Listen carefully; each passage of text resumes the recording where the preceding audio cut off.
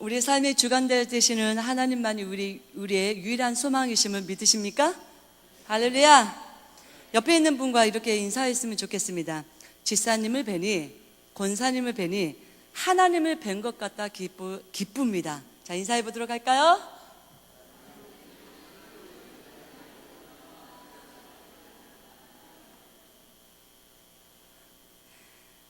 자, 한 가지 예화를 드리도록 하겠습니다.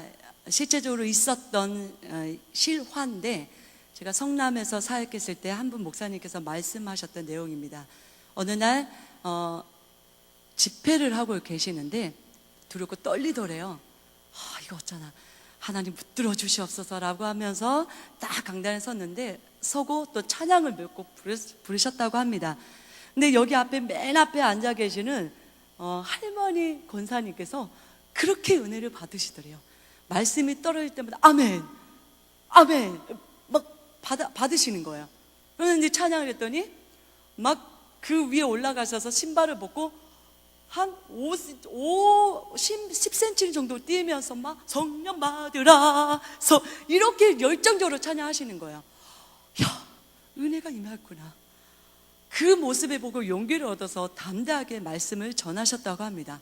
모든 집회가 끝난 후에 딱 이제 집을 가려고 하시는데, 저기 입구에서 요란한 소리가 들리는 거예요. 아니, 어떤 엑스 놈이 내 신발을 갖고 갔어. 어디서 갖고 와? 어떤 놈이요? 라고 소리를 지르면서 장난이 아닌 거예요. 달려가서 봤더니 그렇게 은혜를 받으셨던 그 할머니 권사님이셨던 것입니다. 자, 우리는 어떻습니까? 교회 안에서의 성령의 충만함과 또한 어떤 상황에서 웃을 수 있는 그런 여유로움이 있는데, 우리 일상생활에 돌아가서는 어떤 문제 앞에 우리는 어떤 액션을 취하고 계십니까? 어떤 언어를 던지고 계십니까? 어떤 얼굴 표정을 드러내고 있습니까? 여러분들은 살아계신 하나님의 자녀이십니까? 그리스도인이십니까? 우리가 즐거울 때만 하나님을 부르고 하나님을 찬양하는 것이 아니라, 내가 이해할 수 없고 헤아릴 수 없는 그런 상황 속에서도, 문제 앞에서도 내가 여유롭게 하나님을 생각하고 하나님을 찬양할 수 있는 나의 삶 자체가 예수 그리스도의 향기를 드러낼 수 있는 복된 삶이 되어지기 원합니다. 그 모습을 보고 옆에 있는 사람들이 도전을 받고 더 믿음에 강건케 되어지는 것을 볼 수 있습니다. 자, 오늘 사도행전 9장 1절부터 19절, 요절이 많아서 반만 읽었는데, 19절까지의 내용은 사울 청년의 회심을 다루고 있는 내용입니다. 사울 청년이 자라온 배경과 예수님을 만나기 전 삶들을 먼저 살펴보면, 골수 유대인이었습니다. 정통 유대인이었습니다. 종교적인 확신뿐만 아니라 남다른 역사 철학을 가지고 있는 행동하는 지성인이었습니다. 실천을 중요하게 여기고 옳은 것이라 생각되면 자기의 삶을 희생시키고 손해볼 줄 알았던 사람이었습니다. 다소에서 성장했다라는 것을 언급한 것으로 보면 헬라 문화와 철학이 아주 익숙해 있다라는 이야기입니다. 그는 로마 시민권을 나면서부터 가졌습니다. 로마의 법과 정치에 정통한 사람이었겠지요. 종교 전문직에서만 일했을 뿐만 아니라 세상적인 전문직에도 종사했던 그런 경험이 풍부했던 사람이었습니다. 그의 자라온 배경을 보면 대단하지 않습니까? 이러한 사람이 예수님을 만나게 됩니다. 사울이 바울이 되는 그 순간부터 이방인들에게까지, 누구에게까지요? 이방인들에게까지 복음의 문이 활짝 열리게 됩니다. 그 역량이 바로 우리가 예수님을 믿고 있는 거 아닙니까? 그의 준비된 모든 학문과 배경들이 복음을 전하는 데 있어서 아주 유용하게 쓰임받고 있는 사실을 우리 성경의 말씀을 통해서 볼 수 있습니다. 바울은 생각지도 못한 장소에서 생각지도 못한 방법으로 예수님을 만나게 됩니다. 사람은 누구를 만나느냐에 따라 인생이 바뀝니다. 믿으십니까? 자녀들은 어떤 부모님을 만나느냐에 따라 그의 인생과 인격과 성품이 결정이 되어집니다. 오늘 이 시간 예수님을 만나는 축복의 현장이 되기를 예수님의 이름으로 축복합니다. 전하는 전하, 말씀 듣는 모든 성도님들이 피차 한마음이 되어 은혜 받고 도전받고 또 주님을 만나는 그런 은혜가 있는, 열정이 있는 그런 시간이 될 줄 믿습니다. 본문 1절부터 3절 내용을 보시면 사울 청년이 예수님을 믿는 사람들을 핍박하는데 남이 시켜서가 아니라 자기가 확신이 있기 때문에 행동하는 것입니다. 사울 청년은 특별히 예수님을 믿는 자들에 대한 나쁜 감정과 인상을 좋게 여기고 있지 않은 것을 볼 수가 있습니다. 나쁜 선입관을 가지고 있었다라는 것이죠. 사울이란 청년은 여전히 위협과 살개와 등등하여 예수님을 믿는 사람들을 잡아오기 위해 누구에게 달려가죠? 대제사장들에게 공문을 얻어서 어디로 달려갈까요? 다메섹에까지 갑니다. 자기의 주장과 생각이 옳다고 생각하는 사람들은 누가 설득시킬 수 있겠습니까? 자기 생각이 옳은데 주님이 아니고서야 그 어느 누가 설득시킬 수 있겠습니까? 그런데 이런 사람에게 호련히 하늘로서 무엇이 비치게 되죠? 빛이 그를 둘러 비칩니다. 이런 광경은 부활하신 예수님께서 사울에게 임하였다라는 것을 보여주는 한 장면입니다. 4절과 6절 전체 내용을 보시면요, 땅에 엎드러진 사울 청년은 부활하신 예수님의 음성을 듣게 됩니다. 이것은 부활하신 예수님과 인격적인 만남을 뜻하고 있죠. 직접 음성을 의사소통을 했다는 것이에요. 이렇게 사울은 눈과 귀로 분명히 확인할 수 있는 실제적인 예수님과의 만남을 경험하게 되는 것이죠. 그러면서 예수님이 하시는 말씀이 사울아 사울아 내가 어찌하여 나를 핍박하느냐, 사울아 사울아 내가 어찌하여 나를 핍박하느냐, 나를 어찌하여 그렇게 괴롭게 하느냐, 힘들게 하느냐. 사울은 말씀하시는 정체를 묻고 있는 거예요. 이 말을 하고 있는 정체, 그분이 누구십니까? 당신은 누구십니까? 그러자 예수님께서 이렇게 말씀하시지요. 나는 내가 핍박하는 예수라. 내가 일어나 성으로 들어가라. 어디로 들어가라고요? 성으로 들어가래요. 그 성으로 들어가며 행할 것을 내게 이를 자가 있다라고 말씀을 하고 있습니다.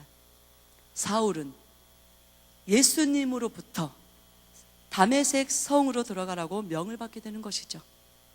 거기 가면 예수님께서 준비해 놓으신 사람이 있는데 그의 안내를 받으라는 거예요. 아주 구체적이죠. 마치 병자가 병원에 들어가 의사의 도움을 받아 병 고침을 받게 되는 과정처럼 예수님께서 사울의 변화를 위한 모든 준비를 다 마치셨다는 사실을 발견하게 되어집니다. 여러분도 느끼신가요? 이렇게 예수님은 사울 청년의 삶을 이끌어가고 계셨습니다. 아주 구체적으로. 우리 역시 예외가 아닙니다. 불꽃 같은 눈으로 주무시지도 않고 우리들을 지켜 보호하고 계시는데 우리가 느끼질 못하는 거예요. 성령 충만할 때만 느낄 수 있죠.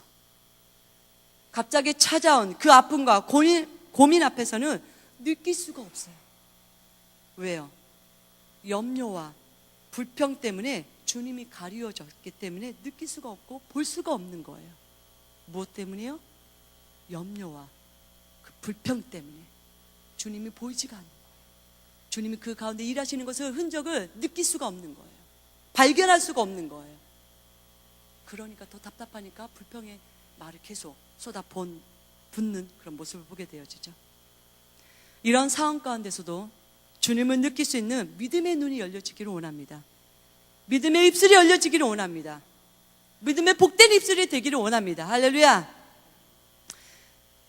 7절과 9절 사이의 본문을 보시면 사울 청년에게 결정적인 사건은 앞을 볼 수가 없다는 것입니다.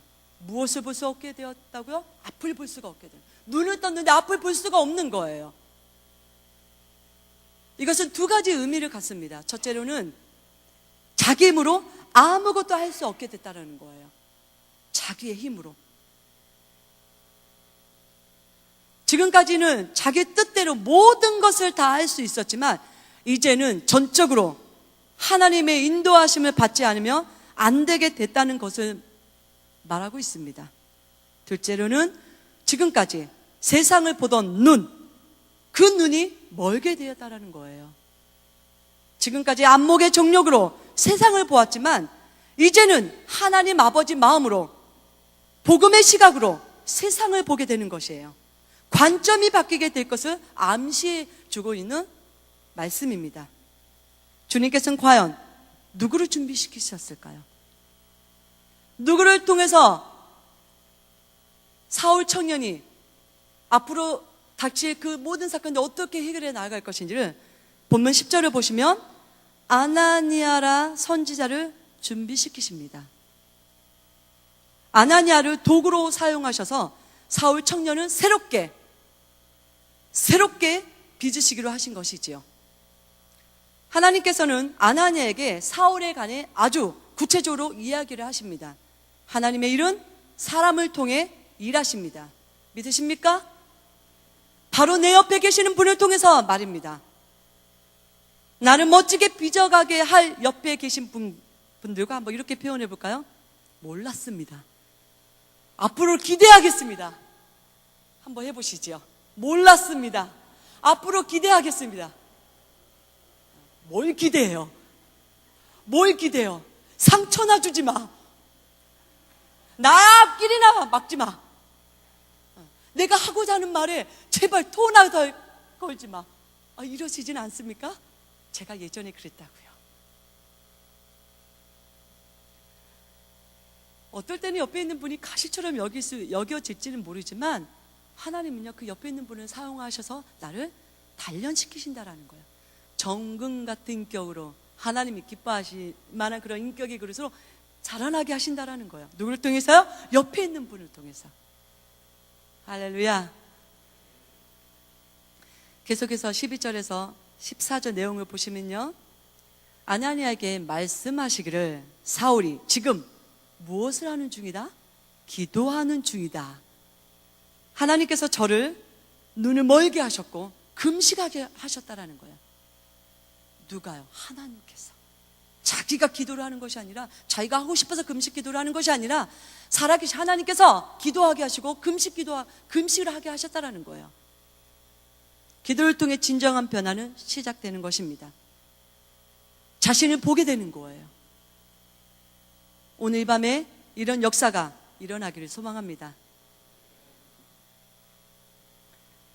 제가 고2 때 예수님을 인격적으로 만났습니다. 우리 담임 목사님이랑 똑같죠? 담임 목사님도 고2 때 만나요, 권미진 목사님? 고2 때 예수님을 만나셨고 21살 때 전도사 생활을 하셨다는, 저도 그렇습니다. 예수님을 만난 그 감격이 얼마나 큰지요. 기도하니까 성령의 충만함을 받는 거예요. 기도하다 보니까 내 안에서 성령님께서 내가 알지 못하고 깨닫지 못하고 회개하지 못한 그런 모든 제목을 필름처럼 돌아가게끔 하는 거예요. 견딜 수가 없는 거예요. 그런 가운데 내 자신의 정체를 알게 되는 거죠. 난 죄인이구나. 내 인생 가운데 예수님이 없으면 안 되는구나. 지금까지 달렸던 모든 삶들을 다 내려놓고 온전히 앞으로 달려간 모든 인생을 하나님께 내어 맡기는 거죠. 기도 외에는 이런 역사가 일어나지 않습니다. 간절하게 부르짖을 때, 간절하게 하나님을 찾을 때 하나님은 반드시 우리를 만나 주십니다. 계속해서 11절에서 14절 내용 전체를 보시면 아나니아에게 말씀하시기를 사울이 지금 기도하는 중이라고 말씀하셨죠. 근데 많은 그리스도인들은 하나님이 기도하라고 말씀하셨을 때 기도하지 않는 거예요. 알매도 불구하고 그것을 실천하지 못하는 거예요. 여호와를 의지할 그 힘이 없는 거예요. 왜요? 기도 자체가 사실 힘들잖아요. 제가 고등학교 때 예수님을 만난 그 기쁨이 너무나 커서 약 10년 동안 신학교를 하고 대학원 가기 전까지 늘 새벽에 또 학교 갔다 오면 저녁에 교회 가서 몇 시간 동안 기도를 하는 거예요. 기도가 노동이라는 것을 몇 년 하다가 느낀 거예요. 기도하면서 살을 빼야겠다. 기도하면서 앞뒤를 흔들면서 막 힘을 가는 거예요. 옆으로도 누고 뛰기도 하고. 그러니까 좀 몸이 빠더라고요. 여러분들이 예수님께서 나로 하여금 기도하게 하셨을 때 그것을 회피하지 마시고 기도하시기 바랍니다. 어떠한 메시지를 주기를 원하는 그런 하나님의 의도가 있는 거예요. 성령님께서 내 안에서 무엇을 요청했을 때 그대로 순종할 수 있는 축복의 사람이 되기를 원합니다. 그리고 중요한 것은 지금은 사울이 눈이 멀어 볼 수 없으나 다시 회복시키신다는 거예요. 그러면서 아나니에게 이렇게 구체적으로 말씀하셔요. 문제를 해결해 주시는 분은 바로 하나님이십니다. 그렇기 때문에 모든 문제 앞에서 우리가 해야 할 일은 불평과 쓸데없는 말들은 삼가고 기다려야 할 필요성이 있습니다. 조급해하지 마세요. 당황하지 마세요. 무엇 앞에서요? 문제 앞에서. 풀리지 않는 문제 앞에서 당황하지 마세요. 당황하다 보면 죄를 범하게 되는 거예요. 하나님의 영광을 가리게 되는 거예요. 그때 잠시 멈춰서 하나님께서 어떠한 사인을 주시는지, 어떻게 그 문제를 해결해 나아갈 것인지를 믿음의 눈으로 목도해 보는 거예요. 그러나 아나니아는 하나님의 계획을 도저히 이해를 못하고 있습니다. 이해를 못하니까 답답한 거예요. 아나니아는 예수님께 이렇게 묻습니다. 주의 이름을 부르는 모든 사람들을 결박할 고난을 대제사장에게 받은 자입니다. 예수님을 믿지 못하게 하고 힘들게 한 사람입니다. 어떻게 제가 도저히 이해할 수가 없지요. 그러자 예수님은 보면 15절부터 16절 내용을 보시면 사울 청년은, 예수님께서 말씀하시죠. 사울 청년은 이방인들에게, 임금들과 이스라엘 자손들에게 누구를 전하기 위한 택한 나의 그릇이라고요? 나를 전하기 위한 내가 택한 그릇이라는 거야. 할렐루야. 주의 이름을 위해 큰 고난을 받을 것을 말씀해 주시는 거예요. 앞으로 장차 복음을 위해서 어떤 고난을 받을 것인지를 예수님께서는 다 미리 알고 계신 거예요. 인간의 생각으로 하나님의 생각을 어떻게 이해할 수 있겠습니까? 때론 옆에 있는 남편의 생각도 이해할 수가 없는데 저만 그렇습니까? 그렇기 때문에 때론 불평이 나오는 거예요. 왜요? 이해할 수 없으니까. 괴롭고 힘들어서 순종을 못하는 거예요. 왜? 힘이 드니까요. 내가 원치 않으니까. 그럼에도 불구하고 여러분들의 삶 속에 순종의 열매가 가득 차기를 소망합니다. 완성을 향해 달려가는 우리 모두는 다 똑같은 사람입니다. 존재입니다. 그렇기 때문에 누구를 비판하고 흉을 볼 필요가 없다는 것이죠. 왜요? 똑같으니까요. 왜요? 함께 변화되어 가고 있는 과정이기 때문이죠. 내가 조금 더 나은 것 같습니까? 아니에요. 저 사람이 좀 나은 것 같습니까? 아니에요. 우리 모두는 예수님의 장성한 분량에 이르는 데까지 앞을 향해 달려가야 돼요. 남과 비교하지 말고, 남을 의식하지 말고 앞을 향해 달려가는 거예요. 저 천성을 향해, 목적지를 향해, 앞을 향해 복음 들고 나아가는 거예요. 기뚱하니까 마음에 불편함도 생기고 관계가 삐뚤어지는 거예요. 남을 의식하지 마세요. 할렐루야. 복음이 확산되는 일에 우리가 장애물이 돼서는 결코 안 됩니다. 17절에서 19절 내용을 보시면요, 이제는 하나님의 강권적인 붙드심으로 사울이 바울로 변화되기 시작합니다. 아나니아의 안수로 사울은 성령의 충만함을 경험하게 됩니다. 세상을 향한 그의 열정이 이제는 하나님을 향한 열정의 사람이 되었습니다. 드디어 사울의 눈에서 비늘 같은 것이 벗겨지지요. 옛사람의 시각이 사라진 것입니다. 정령으로 보던 눈이 무너진 것입니다. 그리고 눈이 떴습니다. 이제 성령으로 다시 세상을 새롭게 보게 되어진 눈이 열립니다. 눈의 변화, 시각의 변화, 가치관의 변화가 일어났습니다. 할렐루야! 이런 동일한 변화가 우리 가운데 임하기를 원합니다. 결론입니다. 사도 바울은 옛 사람을 버리고 새 사람을 입으라고 에베소서 4장 22절 말씀하고 있습니다. 옛 습성, 예수님 믿기 전에 가지고 있었던 옛 습성, 예수님이 믿기 전에 가졌던 좋지 못한 습관들, 하나님의 영광을 가릴 뿐만 아니라 옆에 계신 소중한 분들이 상처를 받게 되는 그런 모습이 보게 될 것입니다. 예수님을 믿는다는 것은 단순히 예수님에 대해 알고 느끼고 영향을 받는다는 의미가 아닙니다. 그런 것으로 세상이나 개인의 역사는 결코 변화되지 않습니다. 예수님의 생명, 빛, 사랑을 체험할 때 가능합니다. 하나님은 우리가 예수 그리스도의 이르기까지 변화되기를 원합니다. 마치 부모가 자녀를 있는 그대로 사랑하지만 자녀가 미성숙한 상태에 머물러 있는 것을 어느 누구나 원하지 않습니다. 우리의 말과 생각이, 삶이 그리스도인답게 변화되기를 위해 누구와 싸워야 될까요? 옆에 있는 분과 싸우는 것이 아니라 나 자신과 싸우는 거예요. 자꾸 옳지 못한 생각들, 말들, 행동들을 하려고 하는 나 자신. 안 돼. 말씀으로 다스리는 거죠. 말씀으로 무너뜨리는 거죠. 아직 무너지지 못한 나 자신의 커다란 여리고성을 발견하셨습니까? 이러한 나 자신의 커다란 이 여리고성 같은 것은, 문제는 우리 주님의 능력으로 무너뜨려야 됩니다. 말씀 앞에서 겸손히 기도로서 하나님께 나아갈 때 이런 것들은 가능합니다. 할렐루야.